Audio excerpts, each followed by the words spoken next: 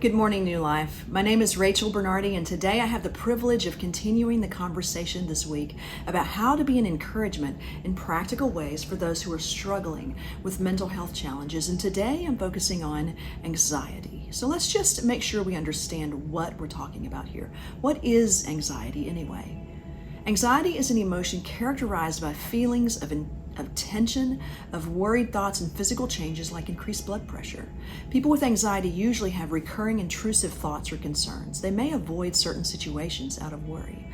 A few symptoms include feeling nervous, irritable, or on edge, having a sense of impending danger, panic, or doom, having an increased heart rate, hyperventilation, sweating, trembling, feeling weak or tired, and having a hard time concentrating or sleeping, and even experiencing gastrointestinal problems. Anxious thoughts can become debilitating, and we can struggle with loneliness and despair.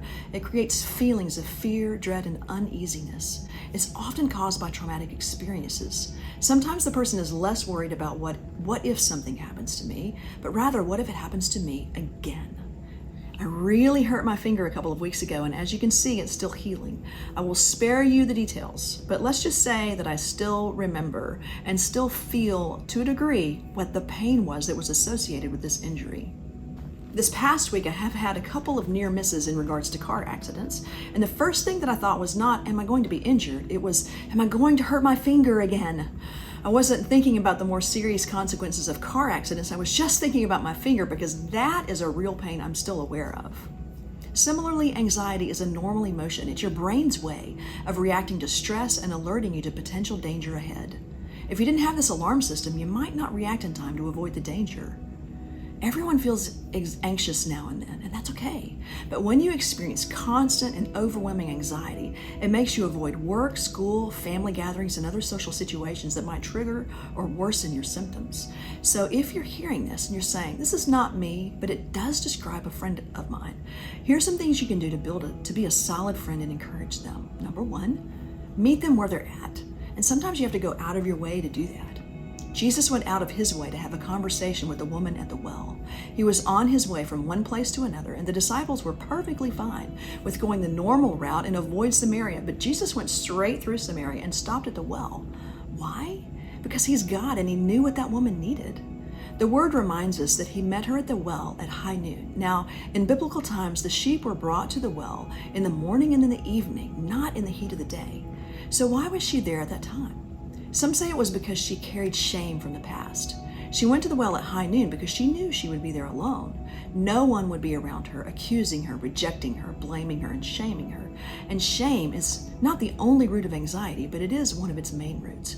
In the book The Soul of Shame, a book I highly recommend, the author states that shame makes its way into the stories of our lives at a very early age. When we experience negative responses from others, whether that's feeling accused, rejected, abused, abandoned, or simply being ignored or not noticed, we can translate this feeling not as there's something wrong in the way that that person is interacting with me, but there must be something inherently wrong with me. And when this happens, we begin believing that others want nothing to do with us and that they'll just leave. And so before you let yourself experience the painful emotion again, you withdraw from the other person to protect yourself, to protect your heart. The ultimate goal of shame's assault on your life is to cause you to want to live in isolation rather than relationship. And it's all because you want to protect yourself from pain, like I want to protect my finger from being bumped again. The good news, if you can call it that, is that everybody has a shame story. Everybody has been a victim of someone else's treatment of them. And Jesus, when he went to the cross, not only took our sin, our own mistakes, but he also took our pain and he took our shame. And so I just want to speak to that for a minute. One thing that has really helped me overcome feelings of inadequacy and brokenness and just not feeling good enough is to simply recognize that when Jesus died for me and he took that shame on the cross, he exchanged my pain and my shame for a new life. And if he has adopted me into his family, that means I've been adopted into the family of the King of Kings, which makes me a princess. And so when I realize that, I realize I'm royalty in God's eyes and that shame has no power in my life. Now, I'm not trying to minimize the influence of shame, but maximize my understanding of the power of the Holy Spirit in my life to conquer its effects. And so be willing to go out of your way, out of your comfort zone and off the beaten path, and meet them where they are without expectations. It's not your job to fix people, but it is our calling to live in community with each other and invite others to be in real relationships with us and with God. Number 2, meet them when they're ready. Sometimes not only do you need to go out of your way to an inconvenient place to meet them, you will need to go at a time that's inconvenient for you. In order for us to come close to knowing people this way, the way that Jesus did, we have to get connected in long-term relationships. Jesus related to the woman at the well as a friend. He carefully coaxed her out of isolation. He didn't judge or condemn her. He just listened and understood and offered her a way out, like what Rachael Spinks mentioned on Tuesday. Just listen. We may or may not be strong at recognizing anxiety, but we can certainly do what Jesus did, creating a safe place, a secure relationship of transparency and confidentiality. That person likely has experienced some real traumas that we need to first understand, not criticize. And know that a person struggling with anxiety really doesn't like feeling anxious. I've never heard them say, "Boy, I'm really looking forward to being anxious today." They don't say that. They don't lack a desire to overcome anxiety. They want to, but they can't just try harder. What they need is a safe place. So can you be a safe place, praying for them and checking on them? And that's my next idea, which is number 3. Once you've established that relationship, maintain it. This person is not a project, they're a human being. So you choose to love them where they're at for as long as it takes. Don't pressure them to share when they're not ready.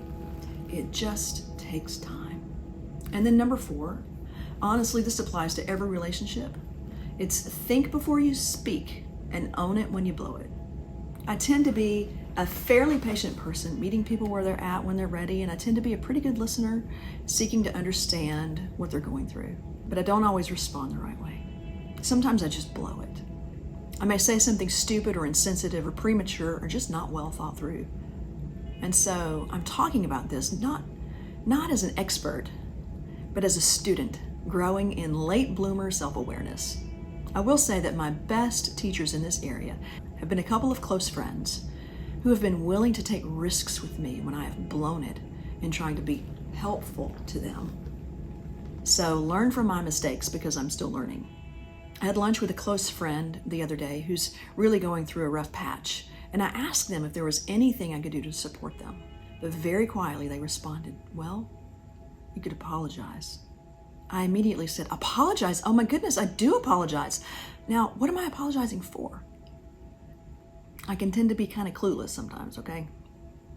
And when they told me, I realized that I had challenged them to do something that was way beyond anything they were ready for. It wasn't fair for me to assume that they could or even should do what I was asking. My friend is very sincere and very honest. They will take action when they're ready to, but not within my time frame. I've learned from my mistakes that there are some things that definitely help and other things that definitely do not. For example, don't say, "Just get over it." That's not helpful, and it may even demonstrate willful ignorance and a lack of empathy. Do say, "I know I don't fully understand what you're going through or how you feel, but please know that I want to." You have permission to be honest with me about my words and my actions because I want to be a good and trustworthy friend to you. Colossians 4, verses 5 and 6 says this, "Be wise in the way you act toward outsiders. Make the most of every opportunity. Let your conversation be always full of grace, seasoned with salt so that you may know how to answer everyone." Our pastors remind us commonly to pause, ponder, and pray before we say something we might regret. And though I do that, I still mess up at times. One thing I know, because I have had to do this frequently, is stop and apologize when I mess up. And somehow, I think that's really okay. Because if you own it when you make a mistake, it strengthens trust in your relationship with them. And so, just remember, if you have a friend who is struggling with anxiety, remember to meet them where they're at when they're ready. Take the time to listen to understand before you try to advise. Listen more than you speak. Think before you speak. And definitely own it when you blow it. God bless you, church. I hope this has helped you. Pray that you have a great day today and that the Lord drops in your heart right now someone who needs to be encouraged. Have a good day.